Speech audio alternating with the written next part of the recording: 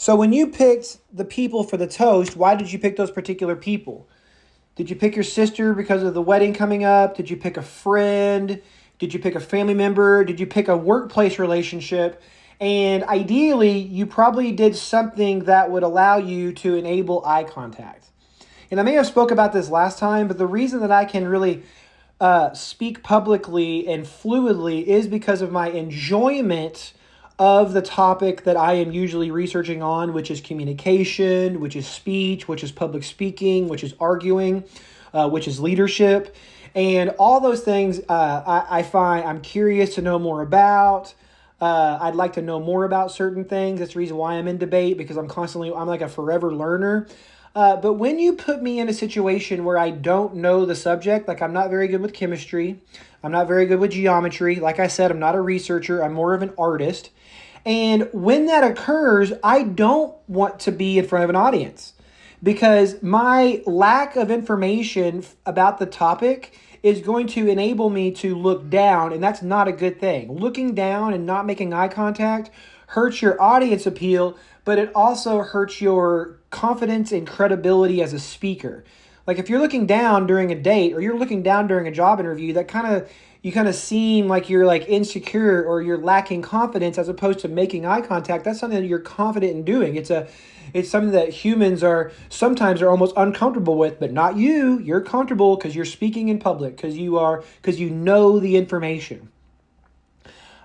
Sometimes I talk about football. Sometimes I talk about theater. Sometimes I talk about presidential debates because I know those subjects and I steer my topics to those areas because I can riff on those subjects. I don't go to areas like Israel, Palestine, except maybe like base layer stuff because I don't know a lot about what's going on. I don't know a lot about the United Nations. I don't know a lot about China. I don't speak Chinese. And so when it comes to those areas, I'm not going to be able to give a great speech over those areas. So I shy away from those areas.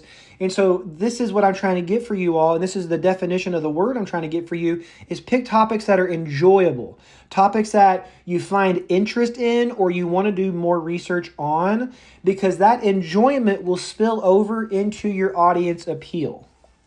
I think that's part of my appeal is just my confidence and clarity of the subject and being able to deconstruct public speaking or communication for whatever question is given to me.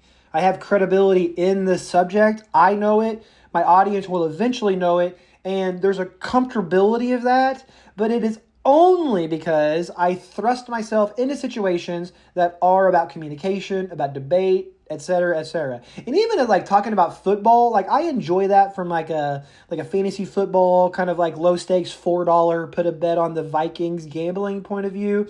I would certainly not give a great speech about it if I had to talk about the X's and O's, because I kind of like it from like a fanatic point of view. And so, but the problem is not really a problem, but if you are going to pick a topic that you enjoy discussing, it's got to be in the available ground.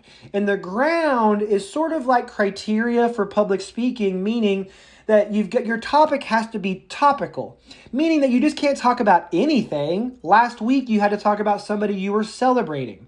So if I were to give you a topic like climate change, and I said, hey, audience, Tuesday night, give me a policy that would solve for climate change and put it in the chat box right now. Go ahead and do that. Put in some solutions that would solve for climate change. They can be silly things. They could be large things that you've seen driving down the highway. Just what would be your solution for climate change? I want to hear what you would put in the chat box. And by the way, there's going to be attendance points tonight for people that participate. Oh my goodness, Edwin, did you read my dossier? That is like literally my favorite policy speech. And I'm a policy guy. More trees.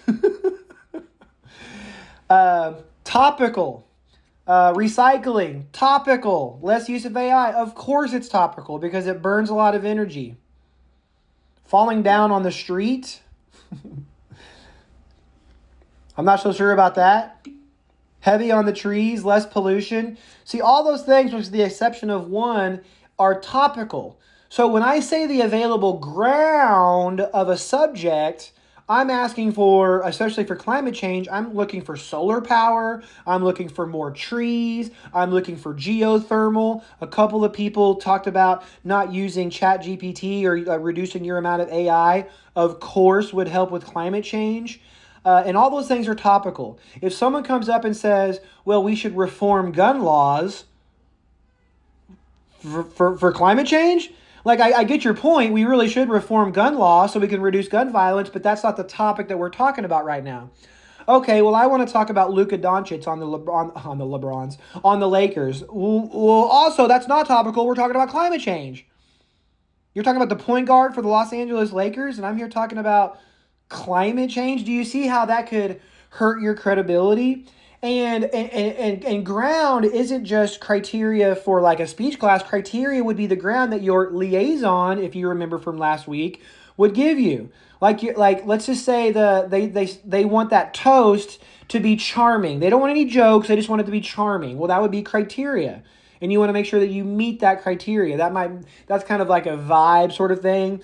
There's no such thing as like ground for like a toast speech, but there kind of is, right? You want to celebrate somebody. If you were to go up there and someone were to say, "Hey, give me a toast," and you gave them a eulogy, well, that would not be part of the available ground.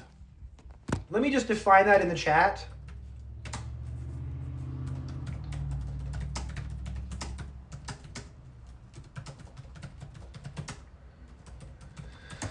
I defined it as available topics in an available subject well, I didn't mean to put available twice, but available topics in a kind of like a broader type subject. What would be some topics for immigration? What would be some topics if your topic was Los Angeles Lakers? Okay, well, then you could talk about Luka Doncic. You could talk about LeBron or, whoever else. So that leads me to tonight's lecture, which is topic creation and the goals of public speaking. We're going to talk about topic creation, which we've already been kind of talking about as far as like what is your topic. It should be enjoyable. It should be in the available ground, and then the goals that you should have as a speaker.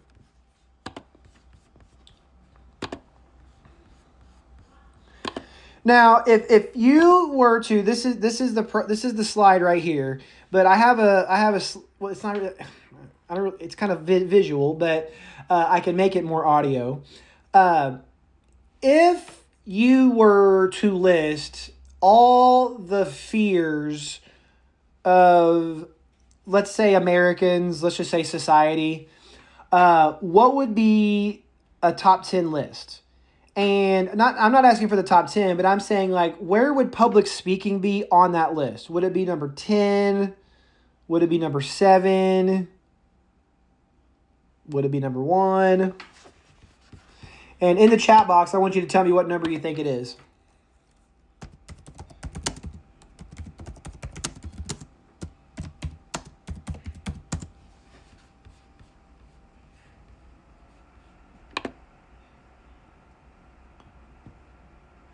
Nobody wants to take a guess?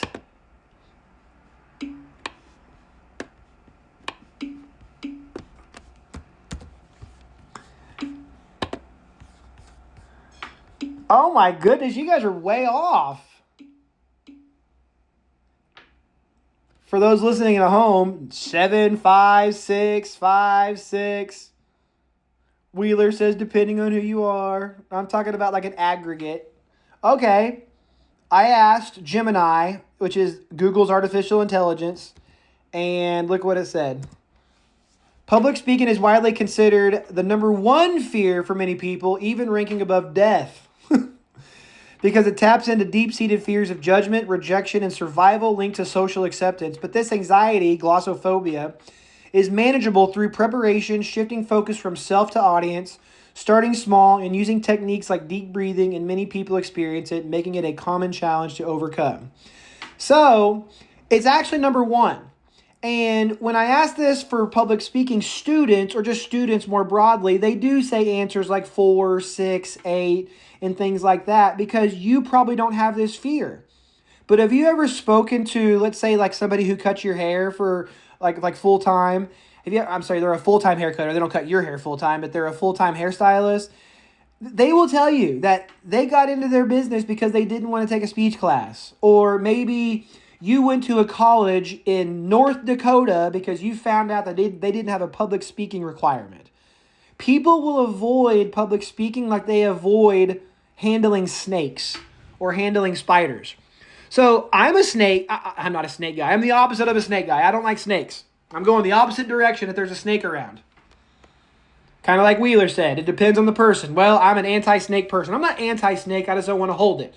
So what would make me become more, I don't know, confident or more comfortable with snakes? Holding one, maybe visiting one, petting one, exposing myself to it.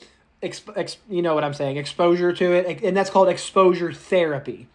Well, that's what this class is in public speaking, where it's like your fear of public speaking, if you have some, or your anxiety, which is probably more like what you have, is kind of like a fear of the unknown, like a fear of rejection.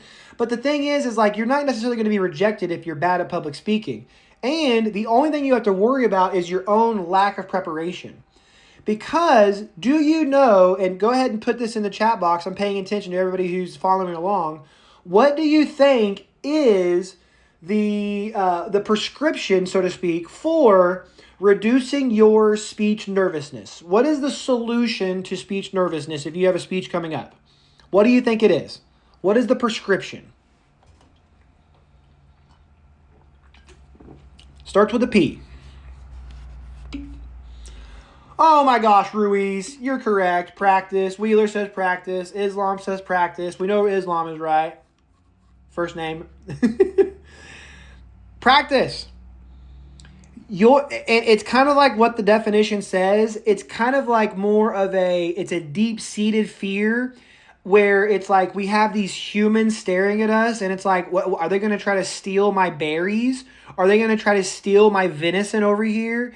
And after you've given a speech or two, you realize that audiences aren't going to attack you. So there's one. But two, you don't want to reduce credibility in front of an audience. You don't want to hurt your ethos in front of an audience. We remember people that mess up the national anthem. We remember people on Saturday Night Live whenever they lip sync. We really remember whenever people do a great job, but if you just kind of do a decent job, you'll kind of go into the ether and we won't remember it. You don't want to remember being, well, you do want to remember being great, but you don't want to really remember being remembered for being terrible. And that's bad, right? Because socially, you might start thinking, oh my gosh, I'm going to be excised from the community because I can't public speak, and that's not necessarily the case. You might lose some endorsements from your boss or your colleagues if you are just so anti-public speaking, but you're not going to be removed from the tribe as a whole if you can't public speak. So once you learn that, you kind of get a little bit more comfortable with it.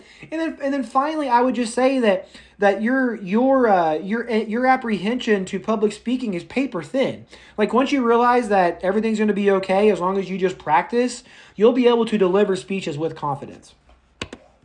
So let's make sure I covered everything. It is part of a fight or flight. And listen, like I'll be honest, there were a couple people in this class that rose to the occasion. They met the criteria and they submitted their speeches and they got a grade. There were some individuals that were like, hey, I mean, I'm going to give this a try. I might have a resubmission. Oh, I do. That's okay, but at least I'm going to try. But what about these individuals that didn't do anything? Like they didn't submit the speech. Like what's going on there? There might be some excuses, but from a public speaking standpoint, that might be a flight sort of thing. Because if I don't do the speech, then I won't be nervous, right? But then again, you'll lose out on the benefits of being a good public speaker and projecting your confidence in front of a large number of people. I mean, it's the reason why Josh Allen was crying this weekend, because he wants to keep playing football and showing people how awesome he is. He wants to show how awesome his pop singer girlfriend, how awesome he is at football. And when you don't get to do that anymore, you start crying.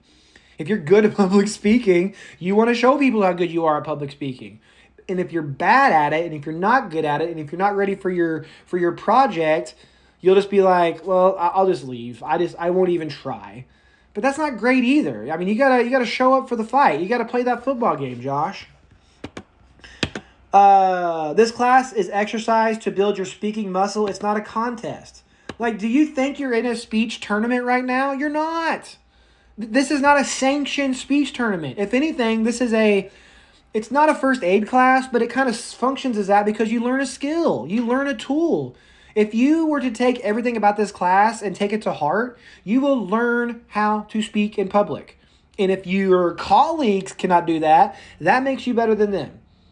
Why do I call a CPR or first aid class? Because it's like when you learn CPR, you're not the worst at it. You could just do it. And sure, maybe there's competitions of who can save the most lives in CPR, but you're not going to enter those tournaments. And yeah, Morton does enter in debate tournaments, but that's not you. You don't have to worry about that. Is your name Adrian or Ricky or Priscilla? Because that's the list. And in this class, you don't have to worry about being better than Edwin or who did I keep saying? Islam. You don't have to be better than Ngozi. You just have to meet the criteria. That's it. Tons of people are going to get an A-. And I don't give out, I do give out good grades, but I don't give out awards for first place best speaker because that's not the role of this class. And one last thing, whenever I say it's an exercise, take that literally. Do you go to the gym? Are you in first place at the gym, or are you just doing your exercises and leaving? And I don't know about you, but every time I leave the gym, it feels like first place. So submit that informative speech or submit that toast and just be like, hey, all right, got my speech done. I got 135 out of 150. That feels good. That was a nice sweat. All right. I think the analogy has worn itself thin. Last but not least, mistaken for nervousness, the solution is practice. And again, I don't know if I'm talking to individuals if they are in college, because college is about kind of like accepting a lot of these fears. Like if you're afraid of a chemistry lab, or if you're afraid of public speaking, or if you're just simply afraid of interpersonal communication, now's the time to get over it. And again, I don't think you have fear of public speaking. That's like going to a therapist to talk about, but you might have some nervousness. And I'm here to tell you that practice reduces nervousness. Boom. Let's move on. Let's move on, shall we? Yes. Did someone ask me? I just hear that you said practice can make you more nervous. Then what? I want to ask. Then what's the real solution? Because especially me, about I'm the number one afraid of speaking like at speech class because I was not born here and where I come from I don't really like to talk in public. So I've been trying to take myself out, try to speak in public even though I start working now, it's still not really Okay, can I move on? working. I'm still afraid and then the word I want to say just disappear like that. I don't know how to remedy about that. Okay, you may have misheard me. I said it is the solution to reducing your nervousness. Practicing. And even if it's not your primary language, that rule still applies. Like, we have a lot of bilingual students in this class.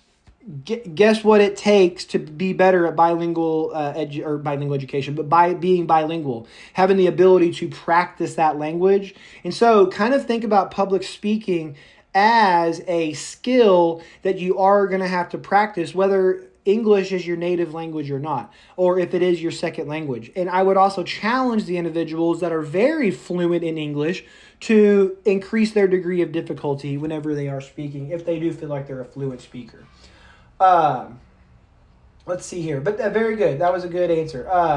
But like I said, I do think I did say that it reduces your nervousness if you do practice. What I want to talk about next is your goal of public speaking. Thank you, Ngozi. And these are extremely important because I put these down on a lot of quizzes and midterms and final exam. Sorry to move my microphone there. But as a public speaker, I'm always trying to put you in the situation of, myself in the situation of you, where it's like you're a typical speaker. What are your goals? Last week we talked about who's the liaison, who do we ask questions to. And so this week we're going to try to figure out, okay, so I'm giving a speech or I've given a speech. What are my goals now? Like what do I want to accomplish during this speech? Because again, I'm looking at this like you're like me. You want to succeed in your speech. You want to accomplish something.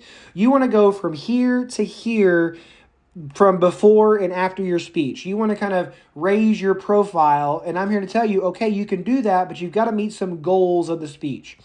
And the first one, and they actually do kind of link to Aristotle's modes of appeal. But the first one I would say is audience appeal.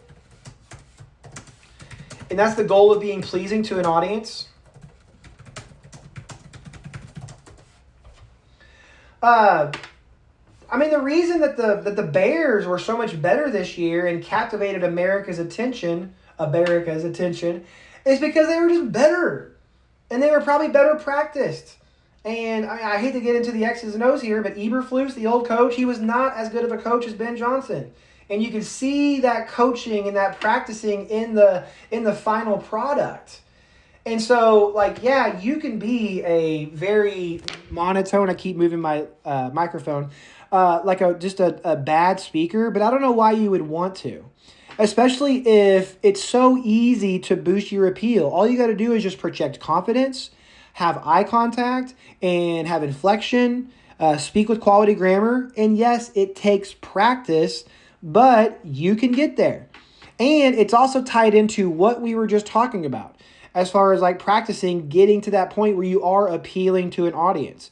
And like the amount of quality practices is the cross application I have to like the football application, right?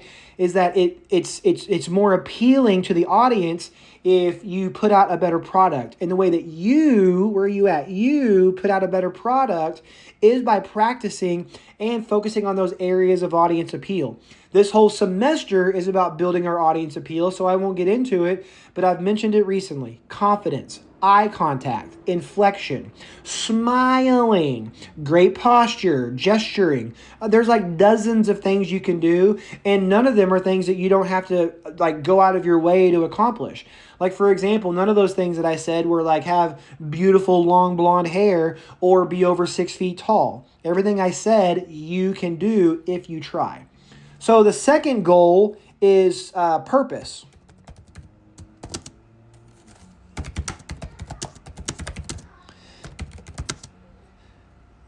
This is the goal of the speech generally, not necessarily the goal of the public speaker. You have that goal. Like I have the goal of being purposeful so you didn't seem like you wasted your time tonight. But so having that is a goal, but within the speech itself, you've got to be informative maybe. You've got to be persuasive. So let me write these down a little bit. These are different types of specific purposes.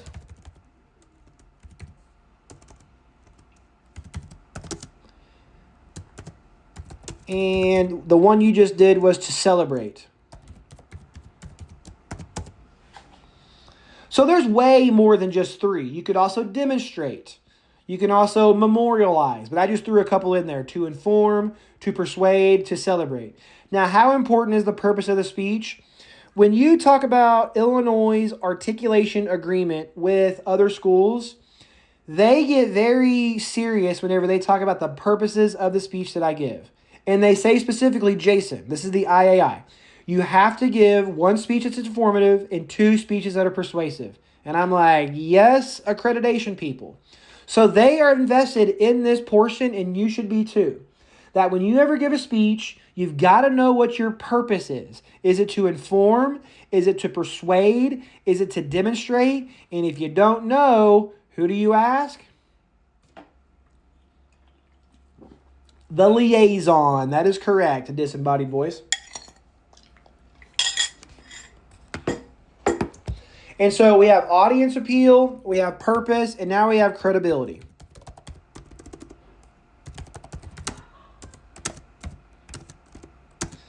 And that's going to be defined as the ability to be taken seriously.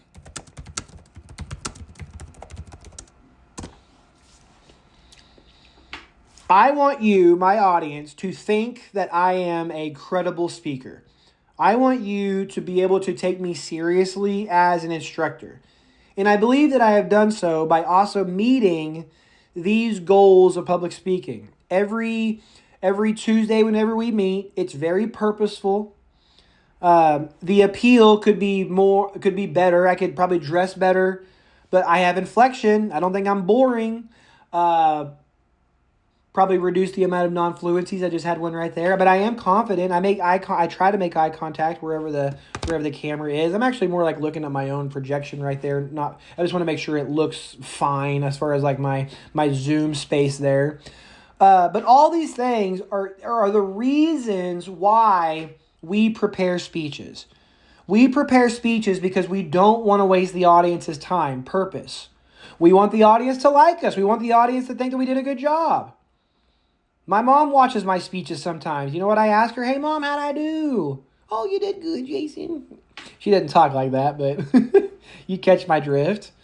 In fact, whenever I host debate tournaments on campus, my debate students invite their friends, invite their family members. They say, "Hey, look at me! Look how good I am!" And they wear suits.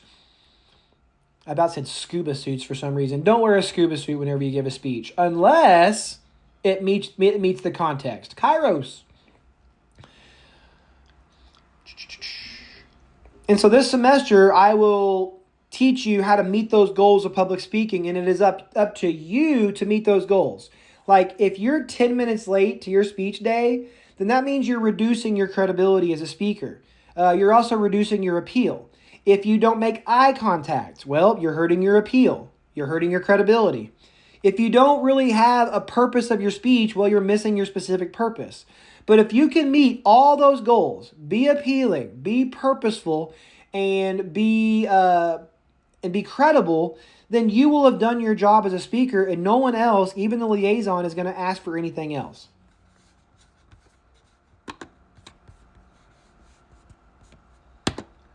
So now, one of the last things I'm going to talk about is one of my favorite concepts in public speaking, and it's because it's kind of like my theory.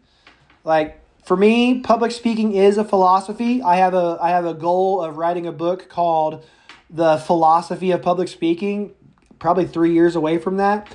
But my theory and philosophy is the 5 steps to speech success. And if you have the book right now, you'll see that I'm the author, and you'll see that is the title of the book. I was kind of frustrated, like wherever I taught, the speech book that they used was always terrible.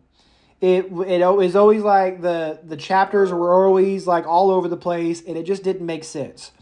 And I also knew that public speaking was a process, and I had also taken lots of contemplative notes. So I thought, you know what? If I think all the public speaking textbooks are bad, then maybe I should just write one on my own, and I did. And the reason I say I'm about 3 years away from another textbook is because I just got the second edition finished yesterday. It'll probably be published around Valentine's Day. And then after that, they'll probably ask for another one in about 3 years. And I'm going to change the name of that book to that and just obviously add a lot more philosophy to it. So I am now going to teach you my philosophy. And my philosophy is the 5 steps to speech success. Step 1 is research. And I would preface this by saying, if you are giving a speech in a speech class, I would think that you would want to take the 5 steps to speech success, because if you take them correctly, as it states, you will end with speech success. And it begins with proper research. This is the reason for me that I am not too concerned about AI and public speaking, because I will be able to sniff out anybody who uses AI from start to finish. Because the only time that you could really collaborate with artificial intelligence in public speaking is the research portion. So speaking of that book that I'm having published on Valentine's Day, I wrote a chapter on artificial intelligence and research, using it as speech research. And all the things you probably already know about about AI, I would tell you. I would tell you about ChatGPT. I would tell you about prompting and how you could use prompting is how you get more effective AI answers. But I would also tell you about hallucinations. And hallucinations, if you do not know, are when AI tells you something that is not accurate. One of the earliest times of hallucinations in AI was whenever someone asked it how many R's are in strawberry, and it said 2. There's 3 R's in strawberry. So that's just one example. And you can also ask it to give you an incorrect answer. And so AI is like any other form of research in the sense of it. You got to just evaluate your sources. ChatGPT right now is just like saying Wikipedia if you really think about it, because ChatGPT didn't do the research. The journalist who wrote the article, that then was cited on Wikipedia, that person did the primary research. And when I asked ChatGPT for some research, it doesn't say it did it. It said, here's the source from where we retrieved it. That definition I gave you a second ago about fear of public speaking, that was actually from someplace. Midland Reporter Telegram. Does that sound like artificial intelligence?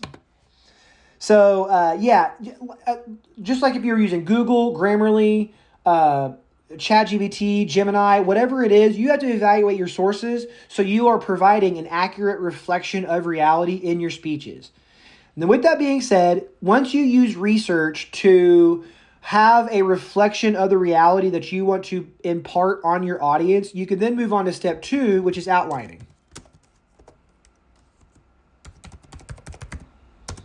Now, I didn't mean to sound like this professor that thinks that he can out-duel you on artificial intelligence and you can only use it on step 1 and I can detect it everywhere else. But that's the truth. Because I'm going to ask for a very specific outline that artificial intelligence just simply cannot replicate. I mean, I guess you can give them my sample outline and then give them the topic and then they would create that outline. But then you're going to have problems later on down the road because you haven't really committed your heart to the research.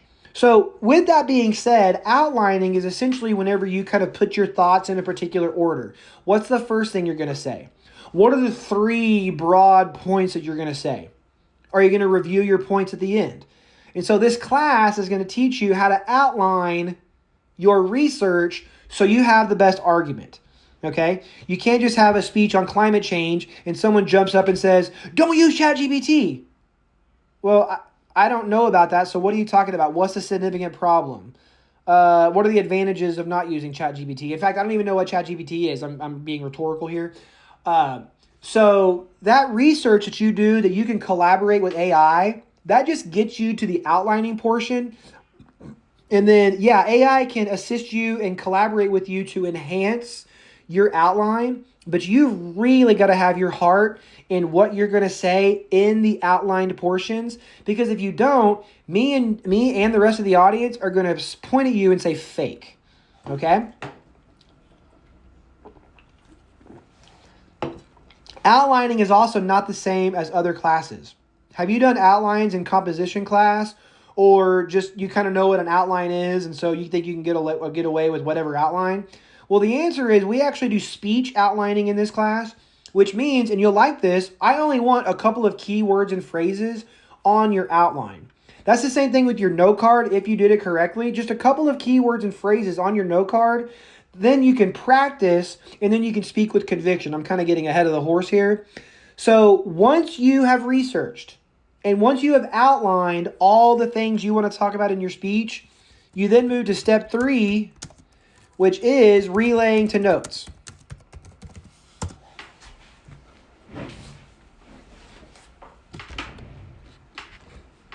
Here's where you could really start kind of going in another direction if you don't follow the 5 steps of speech success effectively. At this point, I think you should just smile and nod whenever I say relay your outline to note cards, because that's just the answer. 2 + 2 = 4, okay? Memorize speaking means that you do not have the outline in front of you, and I don't want you to depend on your photographic memory. Because what if suddenly you don't have a photographic memory and you don't know what to say next? Well, Jason, they memorize for drama. That's not public speaking. Your audience allows you in public speaking to have notes because they want you to make sure you stay on purpose and you don't waste their time. So when I am fickle about your structure last week for the toast, It's because your structure may have just been very nebulous, been very free form. I gave examples of this. Oh, Brooke, we're just so happy for you. Oh, Brooke, we're just so happy. This is your special day. None of that means anything. And by the way, you can say that at every single wedding. And so whenever you have notes and the audience allows you to use notes, that's because they want you to say the things that are on them, but they don't want you to read. Because when you read, you're monotone, you're boring, you're not making eye contact, and you're not projecting confidence. Only the Pope can read declarations, and you're not the Pope. You're far from it, probably. All right? So we're using notes because it allows us to stay on purpose, and because there are note cards, we can't really write a lot on there, so it's going to force us to make eye contact. And I have been known, people even in this class know that if I don't see note cards, or it's very obvious you're not using note cards, it's going to request a resubmission. Not your phone, not an iPad, not a 3-ring binder, note cards. All right? And just think of me as a math instructor, and right there what I just said, 2 + 2 = 4. You might not agree, but it's what's going to be expected. So when you make those note cards, let's just say you are following along with what I'm saying. You have researched. Boom, big nebulous research. Now you've outlined. You have an outline. You relay that outline to note cards. So you have your note card now that you're going to speak from. Practice. Step 4, practice. And we've already learned the step 4 practice solves our problem of nervousness. So in the 5 steps of speech success, you have a hidden step here that reduces your speech nervousness for itself. Let's just say you're giving a speech like I am tonight on the 5 steps of speech success. I don't need a lot of practice on it, maybe just once. I got this. If I can get to the point where I feel like I can say that to myself, I got this, then I am confident. I have self-confidence that I can give this speech. If you don't have that after one practice session, which by the way, a practice session is one full presentation of the speech. If you don't feel confident, do it again. You don't feel confident after that, do it again. And by the way, you'll notice your confidence level gets a little bit better every time you do it. Kind of like when you start driving. Talking to a lot of 18-year-olds, 19-year-olds. When you first started driving, kind of nervous, right? What made you get better? And as I mentioned, good practicing changed the metric of the Chicago Bears this year. Just having better practice sessions. And practice sessions in public speaking lead you to step 5, speak with conviction.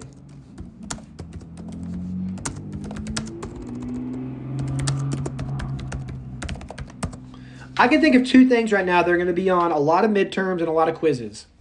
The goals of public speaking, which are audience appeal, purpose, and credibility, and these 5 steps to speech success. Honestly, I think these are on all of our tests. The 5 steps to speech success. Because if you're taking a speech class, wouldn't you want speech success to get an A? And what is an A? What is speaking with conviction? Well, speaking with conviction means believing in what you're saying. Being confident in both your organization and your delivery. I am just as confident in my delivery, but what makes me giddy is knowing that my organization is top notch. Giddy from a, you know what, this isn't such a terrible job point of view, where it's like things could be worse. I could be grating cheese on pasta right now, but thankfully I get to sit here and talk to you all about the 5 steps to speech success. And that's nice. I am happy with that. And so those are your 5 steps to speech success. There's not a particular acronym. If you were to do an acronym, it would be RORPS. So I don't know if that's even a word, RORPS. It's a plural RORP. And what would RORPS be? Research, outline, relay to notes, practice, and speak with conviction. Folks, I am here to tell you, I am living testimony. Those 5 steps are gospel, okay? You want speech success? Work backwards from step 5, speaking with conviction. It takes practice. And it takes practice with note cards. And it takes note cards that you outlined from all your awesome research. All right? And when you are confident in your organization and your delivery, you can speak with conviction and you can get an A in this class. And you can get another date. And you can get that job that you've always been wanting. I mean, what do women want? What do men want? Confidence. What do audiences want? Confidence. What does your job interview want? Well, I mean, they want you to be good at the job, but that's going to require a little bit of confidence as well. And this is what it gets you, practicing.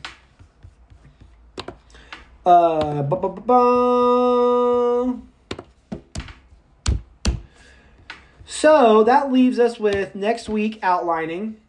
And I'm done with the lecturing for tonight, but let's talk about some assignments. First, your toast is overdue. Kind of overcooked, overdue. And that will remain a 0 until you submit it. Please do not think that I'm going to be like, oh, golly gee, there's so many zeros, let me just delete the assignment. I don't think that would be very nice to Islam or Ruiz or whoever submitted the assignment and got it done correctly, okay?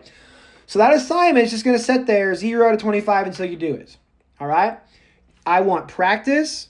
I want eye contact and confidence. You may use a note card, and you must follow my toast structure, which is introduce yourself, thank the people paying, story about the person, advice for the person. That's overdue, okay? That's well done, okay? I'm looking forward. And when I'm looking forward, I'm thinking about something that I want you to inform me on, and I want it to be entertaining to me.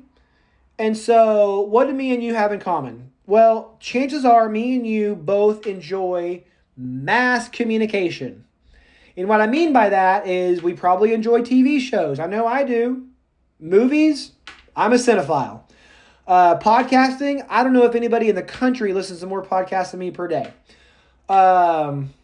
Maybe top 10. Books, I'm an audiobook guy, and I guess can I read comic books? Can I read comic books? I mean, I just got done reading the Compendium of Invincible. I should really give myself credit. You want to see the last book I just read? Look at that. Boom. Look at how huge that is. Now, it is a comic. It is a comic book. But that's huge.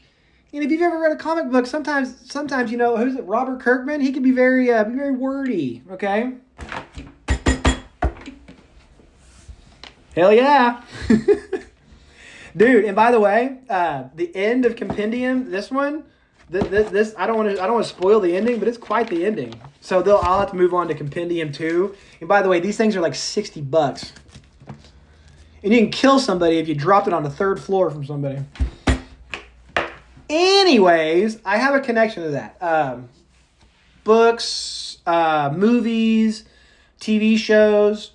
So let's just say for the next 8 minutes, let's just call it straight up 7 o'clock, I want you to sit and brainstorm about, I want to go back to the very first thing I talked about tonight, which was enjoyable topic. And what I want you to do is I want you to think about what's your favorite kind of mass communication, mass media right now. Not right now, but like of all time. People have told me a particular anime series, video games, like I said, books, movies, TV shows.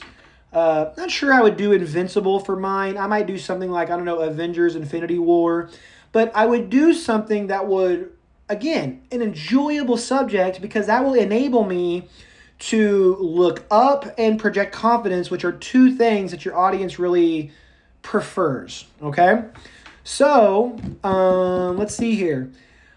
And at 7 o'clock or before then, if you can tell me what your favorite topic is that you would like to inform us on, you don't have to kind of like confirm it, but I would like to kind of nail down a topic. I'll give you 25 points tonight for kind of like attendance, okay?